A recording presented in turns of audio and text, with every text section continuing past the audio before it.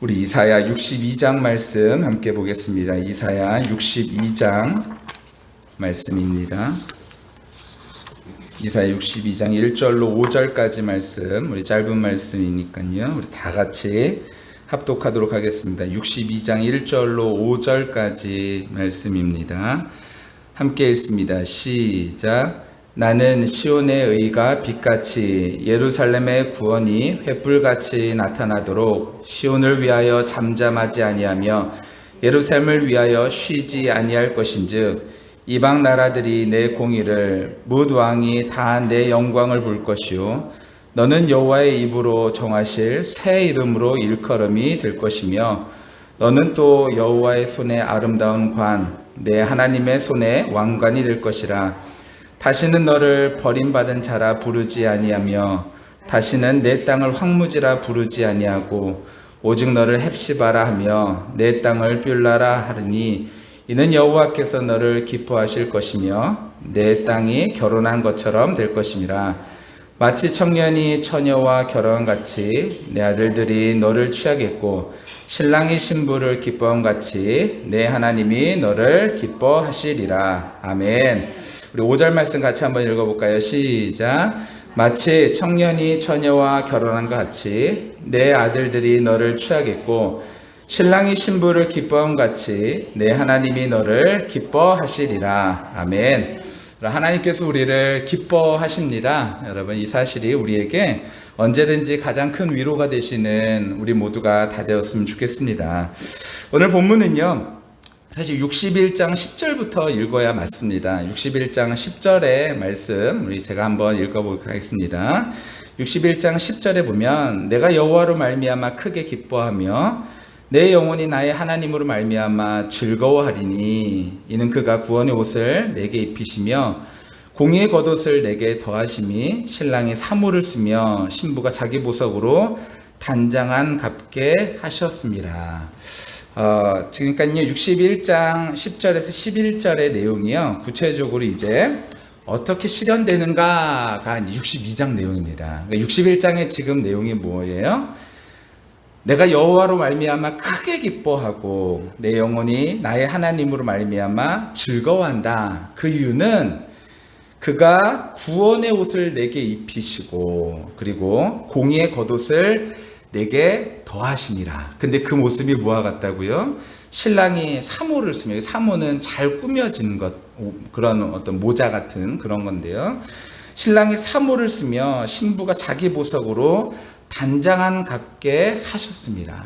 하나님께서 우리를요 구원의 옷을 입히시고 그리고 공의의 옷을 입히셔서 그 모습이 마치 신부가 신랑을 맞이하는 것과 같은 결혼식의 어떤 그런 혼인잔치의 모습을 비유하면서요 그와 같이 아름답게 단장한 모습이다. 이것이요 이 사람에게는 이게 보이니까 마음에 기쁨이 되어지고 즐거움이 되어지고 행복이 되어졌다라고 이야기하고 있는 것입니다. 신분이 예전까지는 어떤 신분이었냐면은 포로된 자들, 신분이 예전까지는 더 이상은 쓸모없는 인간들, 버려진 사람들, 이런 사람들이었다면 이제 하나님께서 이들을 회복시켜 주셔서 어떻게 바꾸실 것이냐면은 구원의 옷을 입히시고 그리고 공의의 옷을 입히셔서 마치 그 모습이 혼인잔치의 신랑과 신부와 같은 그런 아름다운 모습으로 신분을 바꿔내실 것이다 라고 설명하고 있는 것이죠. 바로 아름다움의 극치를 설명하고 있는 성경에서 가장 아름다운 모습을 설명하고 있는 모습이 무엇이냐면은 혼인잔치의 비유인데 거기에 빗대어 우리가 그렇게 될 것이다. 그러니 나에게는 큰 기쁨이 있다라고 이야기하고 있는 것인데 그 내용이 62장의 내용이다라는 것입니다. 어떻게 그것이 진행될까? 11절에 61장 11절에 보면 땅이 싹을 내며 동산이 거기에 뿌린 것을 움돋게 함 같이 주 여호와께서 공의와 찬송을 모든 나라 앞에서 솟아나게 하시리라. 하나님께서 어떻게 하신다고요? 공의와 찬송을 모든 나라 앞에서 솟아나게 하실 것이다. 여러분, 이 일들이 어떻게 일어나느냐, 마치 이것은 자연에 빗대서 얘기하는데 땅이 싹을 내며 동산이 거기 뿌리는 것이 움독개양 같이라고 이야기하면서 우리의 세운 신분이 바뀌는데 자연의 이치를 설명하면서 이해를 돕고 있는 거예요. 우리가 땅에 작은 씨를 뿌리면 어떻게 되나요? 우리는 알고 있습니다. 꽃이 피고 열매를 맺는다라는 사실을 우리는 알고 있어요. 근데 여러분, 이것을요, 어린아이에게 얘기하면 아이가 이거를 믿을까요? 야, 일로 와봐. 요 작은 거, 요거 심어놓으면 얘가 어떻게 되는 줄 알아? 이런 나무가 돼. 라고 말하면 아이들이 그걸 믿을까요? 에이, 어떻게 그런 일이 있어요? 라고 얘기할 거예요. 근데 농부는요, 작은 씨를 심죠. 왜 심을까요? 이 씨가요, 자라서 열매를 맺을 것을 알기 때문에 심는 것입니다. 이것을 뭐라 그러냐면 심을 때마다 거둔다라는 표현인데 일관성이라고 저는 얘기하고 싶어요. 하나님께서 어떻게 하실 것이냐? 변치 아니하시고 일관된 태도로 하나님께서 이 일들을 이루셔서 회복을 이루셔서 공의와 찬송을 모든 나라 앞에서 솟아나도록 하나님께서 하실 것이다. 여러분, 이것이 믿어지는 사람이 어떻게 되어지냐면 내 영혼이 크게 여호와라 말미암아 기뻐하고 즐거워하며 찬양하는 일들이 일어나게 되어질 수 있다라는 것입니다. 여러분, 우리 모두가 이런 기쁨의 잔치에 하나님께서 이런 기쁨의 잔치 이미 마련하셨고, 그리고 우리에게 이런 잔치를 배설하시기 위하여 하나님께서 이미 다 준비를 마치셨다. 여러분, 그 사실이 우리를 향하신 사실이다라는 사실을 우리가 깨닫고 이 기쁨에 먼저 동참하게 되어지는 우리 모든 성도들이 다 되시기를 예수님의 이름으로 간절히 축원합니다. 그럼 어떻게 구체적으로 어떤 일이 벌어지느냐? 62장 1절 말씀인데요. 우리 함께 같이 한번 읽어볼까요? 1절입니다. 시작. 나는 시온의 의가 빛같이 예루살렘의 구원이 횃불같이 나타나도록 시온을 위하여 잠잠하지 아니하며 예루살렘을 위하여 쉬지 아니할 것인즉. 하나님께서 뭐 하신대요? 쉬지 아니하시고 잠잠하지 아니하신다. 언제까지요? 시온의 의가 빛같이 예루살렘의 구원이 횃불같이. 불과 횃불, 빛과 횃불은 같은 내용을 담고 있죠. 무엇이에요? 어둠을 물리치죠. 여러분, 하나님께서 어둠을 물리치고 죄악을 물리치고 악을 물리치시고 하나님께서 하나님의 빛을, 여호와의 빛을 만방에 나타내실 그날까지 하나님께서 뭐 하신다라는 거예요? 잠잠하지 아니하신다. 쉬지 아니하신다라는 것입니다. 여기서 잠잠하지 않다라는 것은요, 조용한다는 의미가 아니라 하샤라는 단어는 분명히 움직인다라는 뜻입니다. 활동을 멈추지 않고 계속하겠다는 의지를 나타내고 있는 것이죠. 하나님께서 어떻게 하시냐면요, 이 땅 가운데 하나님의 의를 나타내고 이 땅 가운데 하나님의 공의가 나타나고, 그래서 그것으로 인하여 하나님의 빛이 나타나 이 세상 가운데 어둠이 물러갈 때까지, 완전히 어둠이 물러갈 때까지 하나님께서 뭐 하신다고요? 쉬지 아니하신다. 잠잠하지 아니하신다라는 것입니다. 하나님께서요, 모든 활동을 멈추지 않고 계속 하시겠다고 약속하신 거예요. 마치 하나님이 영화나 드라마의 감독이라면요, 하나님께서 이제 슛 사인을 주시고 있는 것이죠. 자, 연기자들 준비됐습니까? 카메라 감독 카메라 감독 조명 다 준비됐죠? 자, 이제 시나리오가 바뀌었어요. 자, 시나리오 바뀐 대로 시작합니다. 라고 말하면서, 자, 이제 샷 들어갑니다. 그러면서 이제 샷을 외치는 거죠. 그러면서 다시 뭔가 새롭게 시작되는 일인데, 하나님께서 그 일을 어떻게 하시냐면 이제 시작하셨고, 그리고 시작하신 것이 끝나는 것이 아니라 하나님께서 완성되실 때까지 그 일들을 멈추지 아니하시고 계속해서 이루시겠다라고 약속하고 계신 것이다라는 것입니다. 이 일을 쉬지 않고 계속하실 것이다. 완전한 목표가 이루어질 때까지 멈추지 아니할 것이다.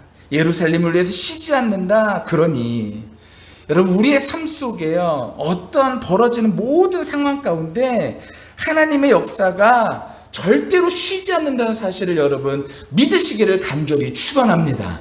나에게 어려운 일이 있고 나의 상황 가운데 정말로 벽과 같은 진짜 앞뒤가 꽉 막혀 있는 것 같은 그런 상황이라 할지라도, 내가 느끼기에 그런 상황이라 할지라도 하나님은요, 하나님의 빛을 나타내시고 하나님의 공의를 나타내시며 어둠이 물러가고 하나님의 의가 이 땅 가운데 이루어지시는데, 하나님은 그 일을 쉬지 않고 오늘도 역사하시는 분이시다라는 것이죠.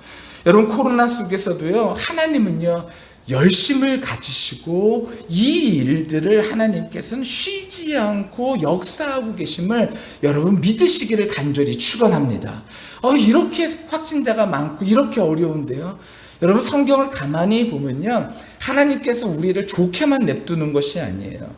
결국엔 하나님의 의대로 하나님의 뜻대로 우리가 돌이키는 과정들이 필요한데, 그 과정에서 인간이 알아듣지 못할 때 하나님은 여러 가지 방법을 쓰시기도 하시죠.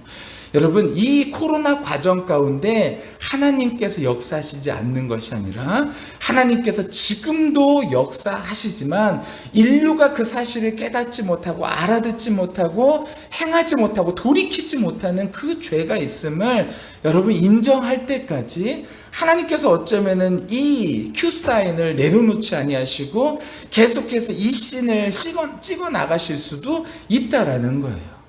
야, 이게 왜 이렇게 길어지냐? 우리는 이렇게 생각할 수 있지만요, 하나님은 지금도 하나님의 뜻을 분명히 이루시는 그 과정 가운데 있으신 것을 여러분 믿으시기를 간절히 축원합니다.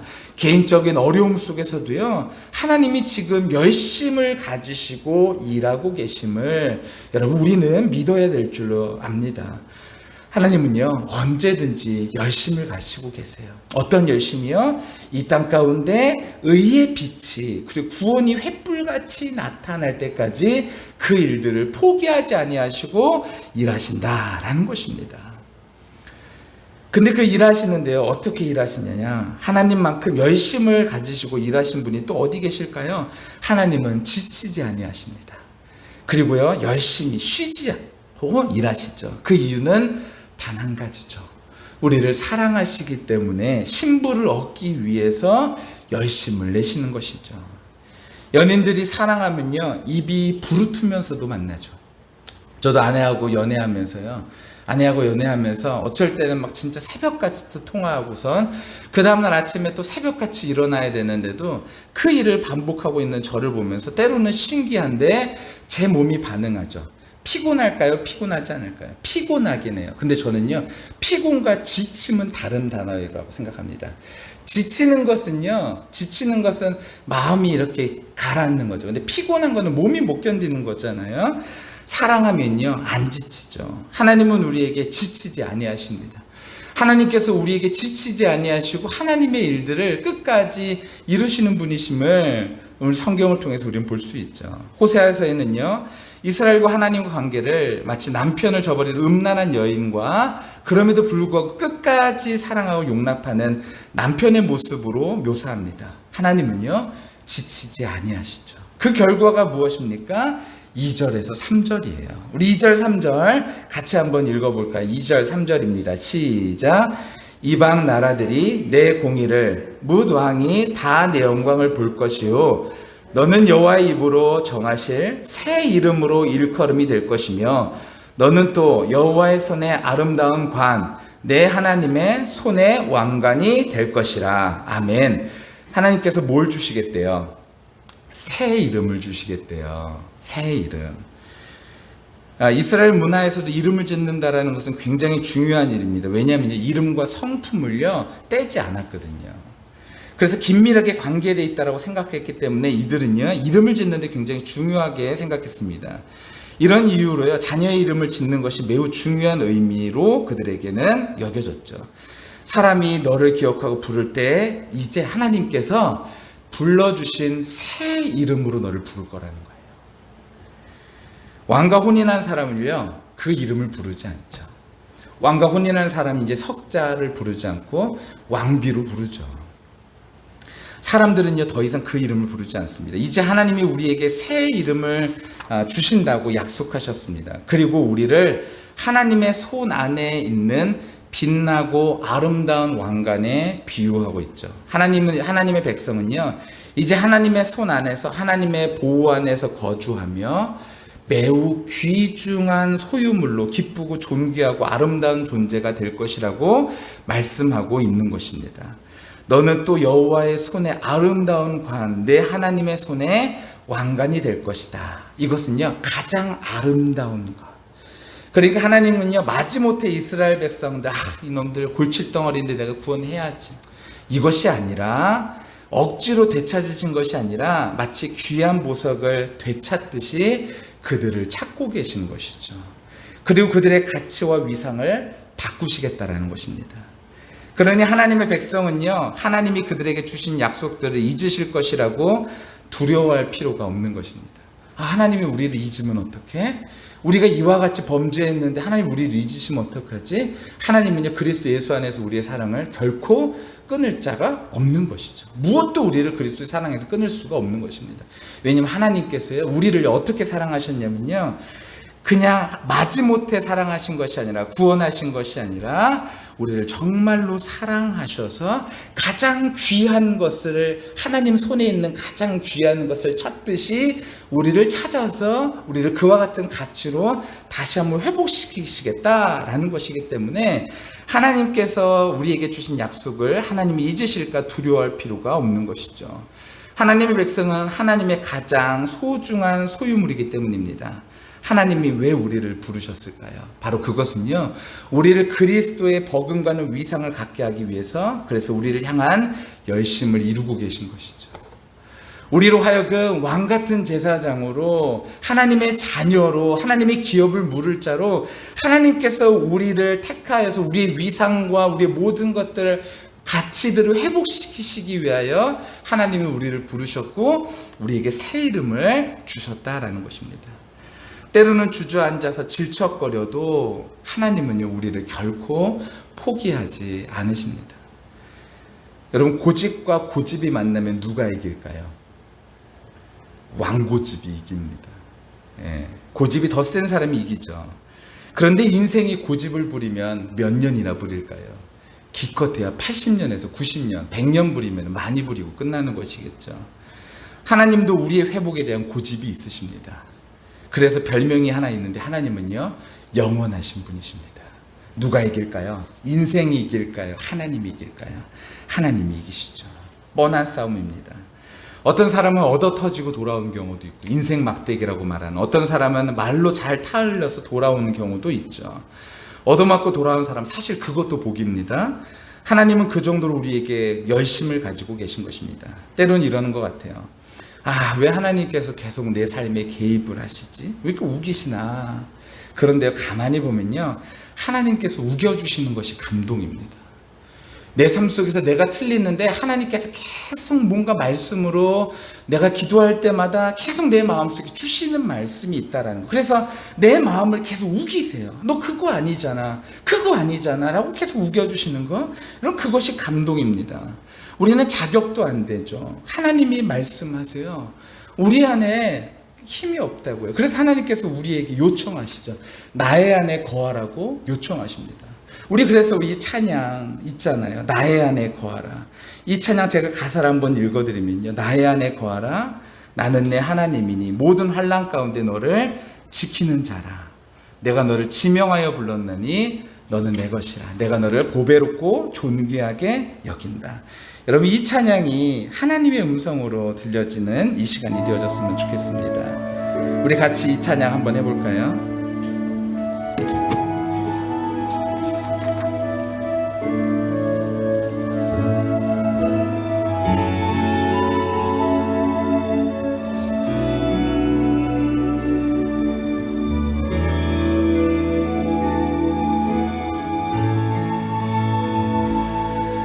나의 거하라. 나는 내 하나님이니 모든 환난 가운데 너를 지키는 자라. 두려워하지 말라. 내가 널 도와주리니 놀라지 말라 내 손 잡아주리라.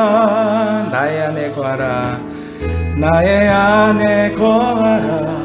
나는 내 하나님이니 모든 환난 가운데 너를 지키는 자라. 두려워하지 말라 내가 널 도와주리니 놀라지 말라 내 손 잡아주리라. 내가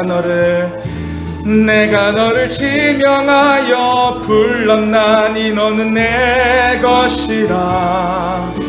내 것이라 너의 하나님이라.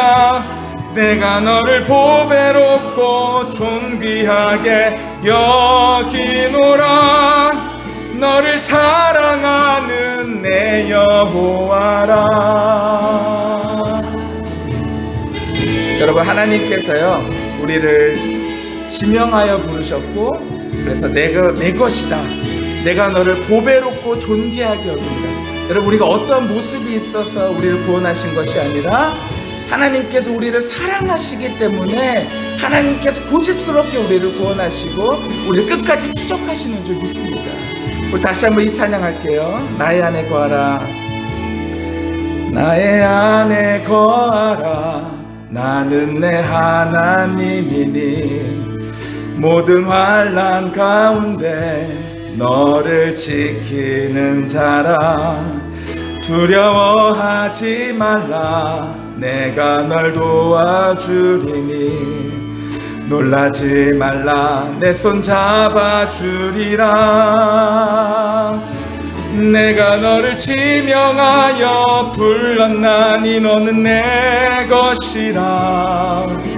내 것이라 너의 하나님이라. 내가 너를 보배롭고 존귀하게 여기노라. 너를 사랑하는 내 여호와라. 내가 너를 지명하여 불렀나니 너는 내 것이라. 내 것이라 너의 하나님이라. 내가 너를 보배롭고 존귀하게 여기노라. 너를 사랑하는 내 여호와라. 내가 너를 사랑하는 내 여호와라. 너를 사랑하는 내 여호와라.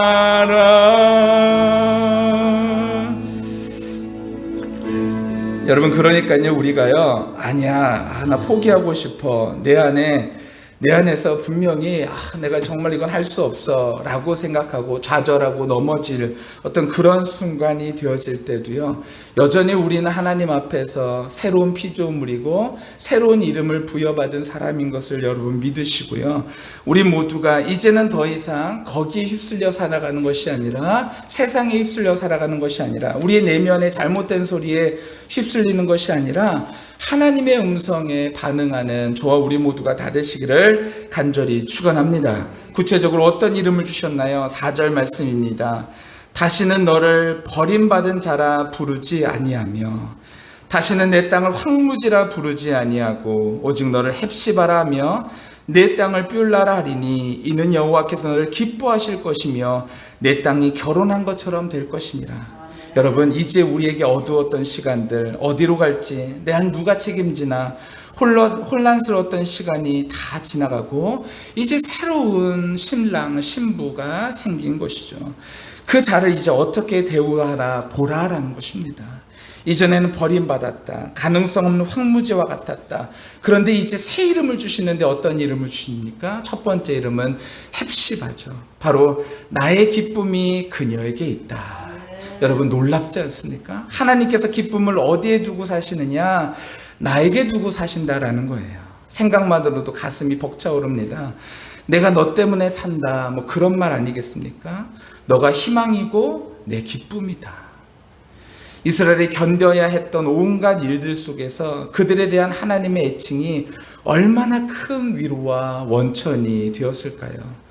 오늘날에도 여전히 위로가 되는 것이 사실입니다. 상황과 실패에 꺾여버린, 그래서 그런 꺾여버린 소망이 합쳐져서 우리의 이름이 버림받은 자다라는 그런 확신이 들 때, 그때 우리가 신랑만이 줄 수 있고 신부만이 들을 수 있는 당신이 나의 기쁨입니다. 이 말이 우리에게는 큰 기쁨과 위로가 될 수 있는 것이죠. 저와 우리 모두가 하나님의 기쁨입니다. 어떠한 상황이라도 우리가 바로 하나님의 기쁨입니다. 그리고 하나님께서 그 새 이름을 우리에게 허락하신 것입니다.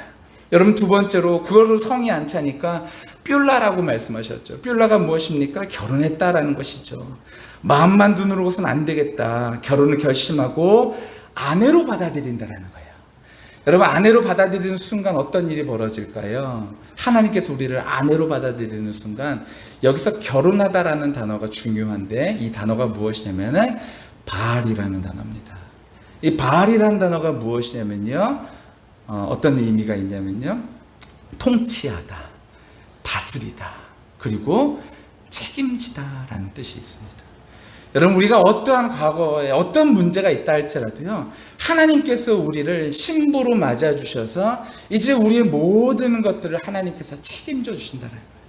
이제 모든 과거들을 다 잊고 하나님께서 전적으로 우리를 지지해 주시고 전적으로 우리를 하나님의 기업을 얻을 자로서 우리를 책임져 주신다는 것이죠. 결혼 과정에서의 어려움, 결혼 전의 어려움, 결혼 후에 있는 모든 일들도 하나님께서 책임져 주신다는 거예요. 여러분, 그러니까 계시록 19장에서는 어떻게 끝나고 있습니까? 바로 혼인잔치의 비유로 끝나고 있죠. 계시록 19장에 보니까 이렇게 기록되어 있습니다. 또 내가 들으니 허다한 무리의 음성과도 같고 많은 물소리와도 같고 큰 우레소리로 같은 소리가 이르되 할렐루야, 주 우리 하나님 곧 전능하신 이가 통치하시도다. 여러분, 하나님께서 뭐 하신다고요? 통치하신다. 근데 제가 좀 전에 말씀드렸죠. 결혼하다라는 뜻이 뭐라고요? 통치하다, 다스리다라는 의미를 가지고 있습니다. 책임지다라는 의미를 갖고 있죠. 하나님께서 우리에게 어떤 것을 말씀해 주시냐면은, 하나님께서 할렐루야, 주 우리 하나님 전능하신 이가 다스리신다, 책임져 주신다라는 것이죠. 우리가 즐거워 크게 기뻐하며 그에게 영광을 돌리세. 어린 양의 혼인 기약이 이르렀고 그의 아내가 자신을 준비하였으므로 그에게는 빛나고 깨끗한 세마포 옷을 입히도록 허락하셨으니 이 세마포 옷은 성도들의 옳은 행실이로다. 여러분, 우리가 이제 입게 될 구원의 옷, 아까도 61장에서도 그렇고 62장에서도 그렇고요, 우리를 혼인잔치의 비유로 하시면서 하나님께서 우리에게 새로운 이름을 허락해 주시겠대요. 그 이름은 무엇입니까? 바로 그리스도의 신부인 것이죠. 저와 우리 모두가 하나님의 사랑받는 자로서 그 신부의 이름을 받았으니, 저와 우리 모두가 이 땅 가운데에서 하나님의 그 사랑을 받은 자로서 이 땅 가운데에서 승리하며 끝까지 하나님 만나는 그날까지 우리 더욱더 주 안에서 살아갈 수 있는 우리 모두가 다 되시기를 간절히 축원합니다. 천사가 내게 말하기를 기록하라. 어린 양의 혼인잔치에 청함을 받은 자들은 복이 있도다 하고 또 내게 말하되 이것은 하나님의 참되신 말씀이라. 여러분, 우리는요 어떤 사람이라고요? 바로 이 혼인잔치에 이미 참여된 자들, 하나님께서 부르신 자들. 그래서 하나님께서 새 이름을 허락하셔서 이제는 버린 자가 아니라 내 기쁨이 있는 자, 그리고 우리를 책임져 주시고 우리에게 내 신부라고 말씀하시는 그 하나님의 사랑에 우리가 반응하며 이 땅 가운데서 우리 때로는 외롭고 힘들고 넘어진다 할지라도요, 하나님께서 너는 내 것이다, 내가 너를 보배롭고 존귀하게 여긴다, 내가 너를 사랑하는 여호와다라는 이 사실이 우리에게 힘과 용기를 주며 더욱더 한 걸음 주 앞에 다가갈 수 있는 용기를 주는 말씀이 되시기를 예수님의 이름으로 간절히 축원합니다. 우리 이 시간에 그것을 위하여서 우리의 이 말씀을 기억하며 함께 기도하는 시간 갖도록 하겠습니다. 하나님 아버지, 우리를 사랑해 주시니 감사합니다. 우리가 아무것도 아니고 우리는 버릴 수밖에 없는 존재, 죽을 수밖에 없는 존재인데 하나님께서 우리를 사랑하여 주셔서 우리를 끝까지 추적하여 주셔서 우리로 하여금 하나님의 기쁨이다라고 말씀하여 주시니 주시니 감사하고 이 말씀이 우리 가운데서 들려지게 하여 주시니 감사합니다. 하나님, 하나님의 사랑받는 자로서 이 땅 가운데서 살아갈 수 있도록 주님 은혜를 허락해 달라고 이 시간에 다 같이 함께 기도하도록 하겠습니다. 기도합니다.